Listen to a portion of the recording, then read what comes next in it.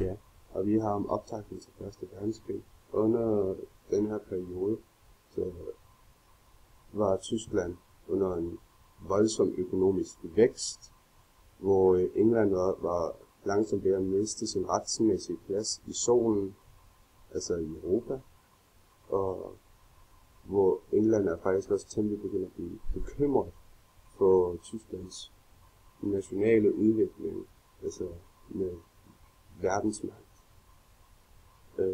Og så er der også de her konflikter mellem de europæiske lande,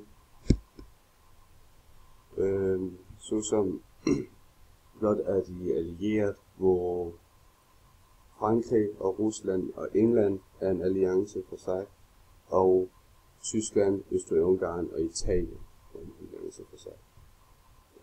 Frankrig og Tyskland har nogle konflikter med angående det tyske militær, da det begynder at have en voldsom udvikling. Og også de hænger stadig fast i, at tyskerne havde erobret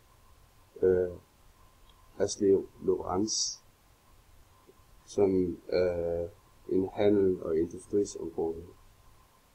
Russerne og Østrig-Ungarn havde også nogle problemer med angående, at Balkan,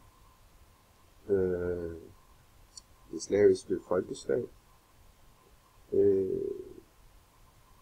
da det osmanniske rige havde trukket sig ud af magttomrummet,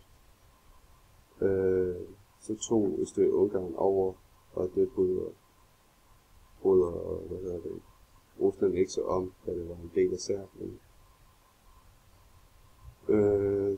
Tyskland og England har også nogle konflikter med angående, at tyskerne er begyndt at udvikle den her store flåde, som England betragter som en trussel, hvor tyskerne stadig mener, at de er blevet dolket lidt i ryggen på grund af, at de ikke havde fået goderne af de her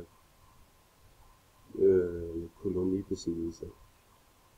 Og det er sådan lidt det samme mellem Østrig-Ungarn og Tyskland. De har jo heller ikke fået goderne fra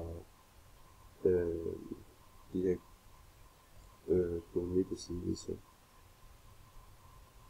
Så er det så, at i Sarajevo i 1914, så er det så, at den østrig-ungarske tronfører bliver skudt af en serbisk nationalist fra Sorte Hånd, mener man, i den 28. juni, og krigserklæringen fra Østrig-Ungarn kommer en måned efter mod Serbien, og da Rusland og Serbien er temmelig godt allieret på det her tidspunkt, så laver Rusland en mobilisering her imod tyskerne. Dermed kommer der en krigserklæring fra tyskerne mod Rusland, hvis russerne ikke trak deres mobilisering tilbage. Men som de ikke gjorde, så kom der en krigserklæring fra tyskerne den 1. august. Så lavede tyskerne en plan, der hedder Schlieffen-planen, som bestod af, at man skulle undgå den her tofrontskrig. Og så kom der en krigserklæring fra tyskerne imod Frankrig den 3. august, og hvor tyskerne skulle gå igennem Belgien, men på det her tidspunkt så var Belgien også i alliance med Storbritannien, så Storbritannien blev også indblandet i krigen. Og så derefter på en 7 dages tid, så havde vi så kommet ind i den Første Verdenskrig.